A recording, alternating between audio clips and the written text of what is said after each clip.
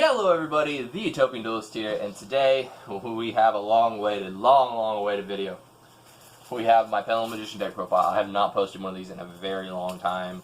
I've still played this deck for so long. Been playing this deck for so long. I only temporarily played like Lightsworn for like a couple weeks because I was waiting on stuff for this deck, like trying to pick it up. Probably last year is when that was. But like, bruh, it's finally done. Finally done. Alright, so let's get into it. Play the good old 3 Mythic Beast Cerberus with the 2 Jackal King. I like this ratio. I tried playing it at 1 and I always drew into the Jackal most of the time, and it really pissed me off. Because if you draw, especially if you draw in a Jackal and a Cerberus when you're only playing 1, because then you have a dead Cerberus in hand. Like, you can't use it as an Electromite pop, but bruh, it's horrible.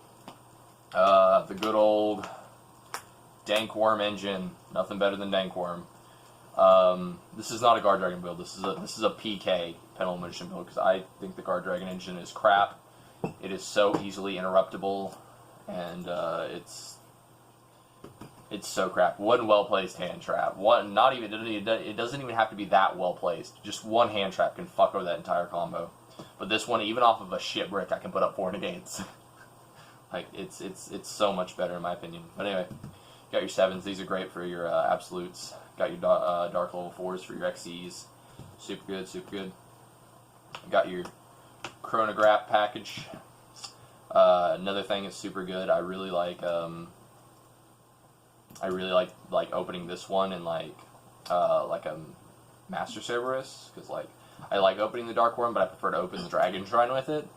But like, still opening a Dark Worm, like I just reeled the hand off the top of my deck a couple minutes ago, and it was a Dragon Shrine, a Pot of Desires, and then these 3. I'm just like, well then, this is a good hand. I enjoy this hand. This hand would rape people, because it gives me so much to bait with, like legitimately everything to bait with.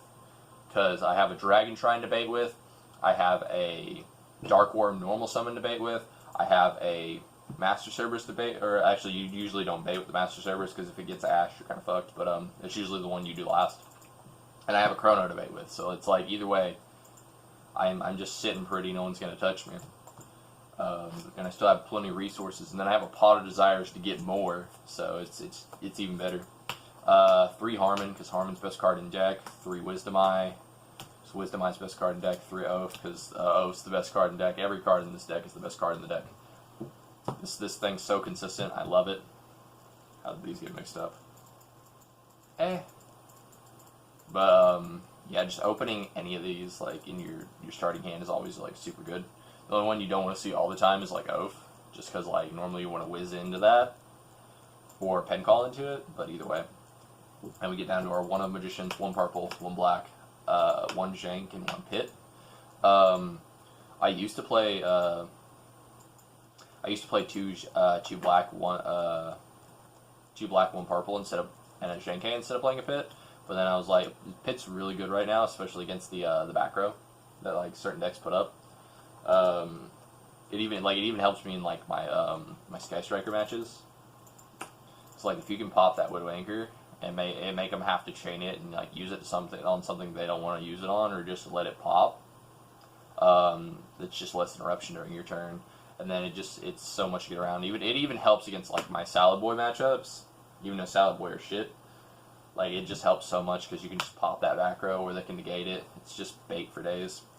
And then even if they negate the effect and destroy it, you usually add it off your pen call, so it doesn't matter. 1 Odd Eyes because I play the Duelist Alliance thing. Although I don't like playing the Star Pendulum Graph, to be honest, because I like to push for the game. I like to end my matches as fast as humanly possible. So I play the three pen call and the 2 Duelist Alliance, but we'll get to those in a minute. And then the one monster for the engine.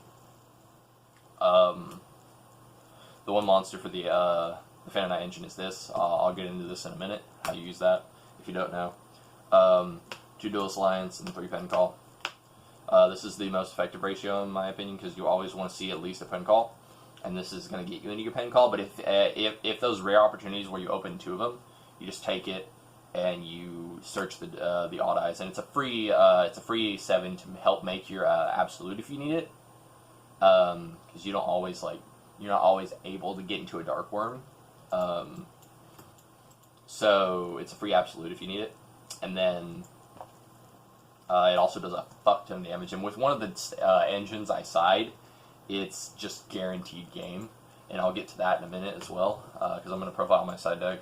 I'm going to do my side deck in this profile, because I don't really use it a lot. I don't like siding, but like that is the only engine that I side a lot, and I feel like a lot of people should as well. Sorry, my phone was going off. But anyway, then you play your 2 pots. I don't like playing 3 pots at a 40 card deck. I feel like it does increase the chance for you to banish all your pots off of 1 pot, so you don't have to worry about drawing them, but it also increases your chances to draw a pot off of a pot. So like I like to see it. It's not a card I have to have. Like I can play very well without this card. It's just that little extra sprinkle on the cake. 2 Dragon Shrine, 1 Foolish. I don't like doing like this. The whole like 3 shrine, because I feel like you just see it too much, and then you end up drawing multiple shrines and they're just dead in your hand, and I don't like that at all. So I play the Foolish, and plus if you have the right hand and you draw like a Foolish and a Dark Worm, right? Or like you've already gone through your Dark Worm for that turn, or like let's just say you open something to where you don't want to use your Dark Worm, you want to use something else, like a Master Cerberus or something. I don't know why you wouldn't want to use your Dark Worm, but just one of those situations you can, and you have your black thing on field, you can dump a Jackal King to the grave with Foolish, and then you can res it with Black Fang, because it's a dark spellcaster, and then it just puts another negate on your board, if you want to do that. And then the 2 traps I play are the Phantom Knight, Fogblades. If you draw any of these 3, you're still very good off, right? Even if you draw 3 of these, you still have 2 negates in hand. So like it's really good, and you're never going to draw multiples of these really, and you're always going to search both of them out in 1 turn. So yeah, let's get into the extra deck, and I'll explain that engine when we get there. So we do 1 Electromite, right? Electromites makes the dream work. Got the Boral Sword. I don't like playing without it. You can play a Borload though. Borload honestly works. That's what my wife Tabby plays in her build. Is she plays Borload. And Borload, honestly, like a lot of people played Borload and Boral Sword, but I'm like, all you need is the Boral Sword. The Underclock and the Rusty Bardish, right? So I'll go over those with the Phantom Engine when I explain that in a second. The Zephyra, Vortex, Borload Savage Dragon, the Spring King Clearwing. I still play this because this still wins a lot of games. A lot of people are cutting this, and this still wins a lot of games. I play Beals, because Beals is a bitch for some people to get around right now. Like, honestly, like, some decks just lose to Beals. I'm not even kidding you. The Abyss Willer, because a lot of decks lose to Abyss Willer. Spring King Dragon, Dark Rebellion, because it's free game wins. Evil Swarm Nightmare, because you need to put up extra negates. Like, as many negates and, like, interruptions you can put up as possible. A Karen Gorgon, this is super good, especially when people try to, like, target your shit. You're just like, no you. This is the Uno Reverse No You card of Yu-Gi-Oh, and I really like it.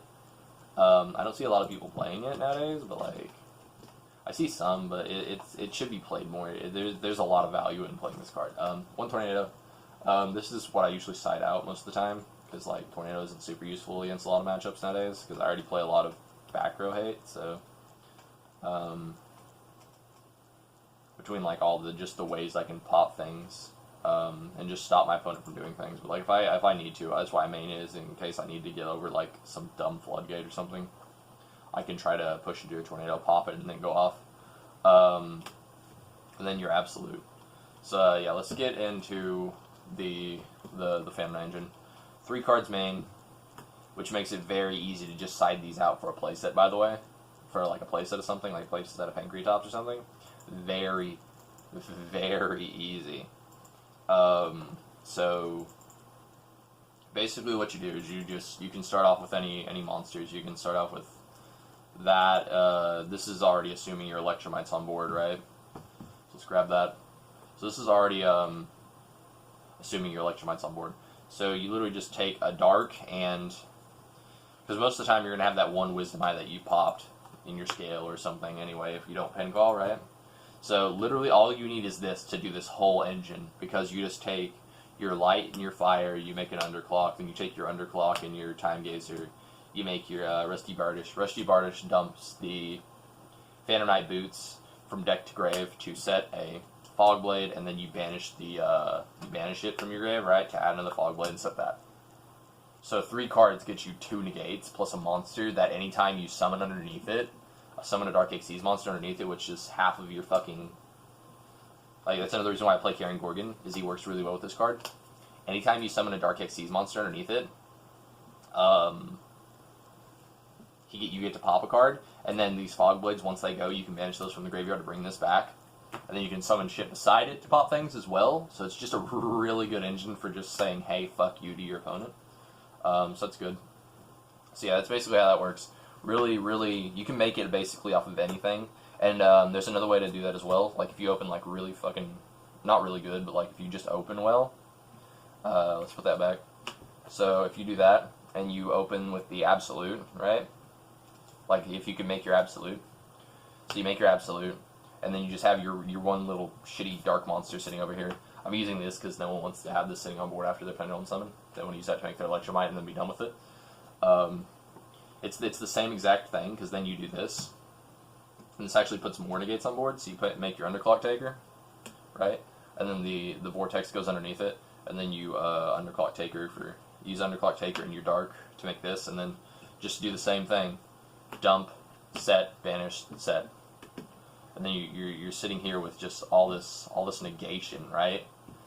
And then this is not assuming... This is assuming you're also not going to be able to put up a rank 4 and then something else, like if you side in, like, even if you want to play like Apex Avion in this build, I don't do it because I feel like there's not a lot of... If you want like super consistent plays where you're going to get always a bunch of Pendulum stuff and stuff that's going to help you combo off, I feel like you have about 3 cards to work with, and that's why all my engines that I run in these decks are usually like 3-card engines nowadays. Because it's usually like 3 Apex Avion or like these 3 cards right here, because I just feel like there's not a lot of room nowadays in your shit when it comes to this deck. Because if you open the wrong shit, it can kill you in a second. So yeah, this engine's really consistent. I really like it. And most of the time, you're gonna have like a Karen Gorgon sitting here, or a Tornado Dragon, or an Evil Swarm Nightmare, or whatever the hell else you want to make here. Or most of the time, what I make is, because I usually have this available, is I'll make a Warlord Savage Dragon and sit it right here, and then equip here. This is also going to throw your Link 2s in grave as well, so you can make Warlord Savage Dragon just as easily. So that's super good.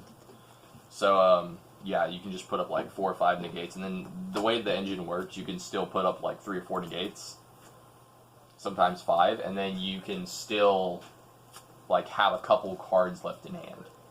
So it's really, really good. So let's go to my side deck. This is just my side deck. Side deck's personal preference. I'm going to push 1 engine in this, and that's it.